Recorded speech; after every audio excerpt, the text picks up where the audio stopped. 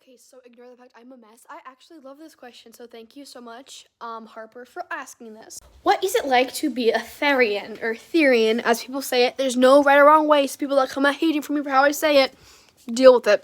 Being a Therian is different for everybody.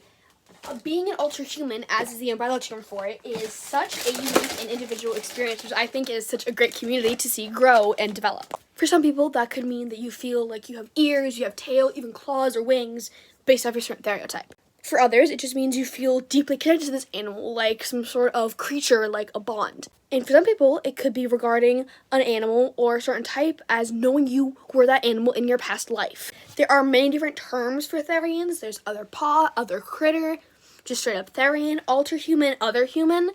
And each of them have their own unique meaning, so I would definitely try to look into that. I could try to make a video on it later if you like.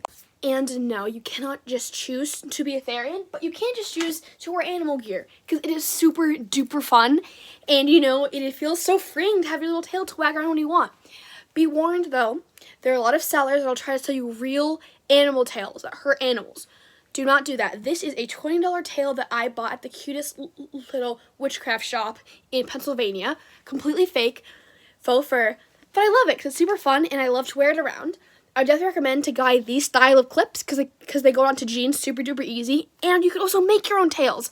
I used to make tails all the time. You also don't have to be a Therian to make masks either. It's just a fun form of self-expression, and it's super great. I love making masks, and I've been debating starting an Etsy shop for a while. This is my Crow Therian mask, and this is my actually very first mask I ever made, which I figured I would show with this question. This is when I thought that I was a cross-fox Therian. I am not, but I still keep the mask because it's fun, and it's a cute little memory of when I first began my journey. And before I close off, I want to cover the difference between Therian and furry. A Therian is someone that could either physically, mentally, or spiritually identify or be closely bonded with an animal. They could sometimes be seen as Therian gender or xenogender, which could be fox gender. That's me. Or you could just be a furry, which is a person that either loves to draw anthropomorphic animals and just thinks they're super neat. That's me as well. I am both a furry and a Therian.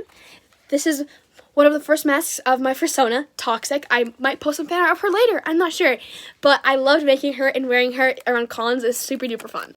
Final thing before I close everything off, thank you so much again, Harper, for asking this. I think it's right to spread the word. Furries, Therians, and zoophiles are three different things. Zoophiles are people that are romantically and sexually attracted to animals.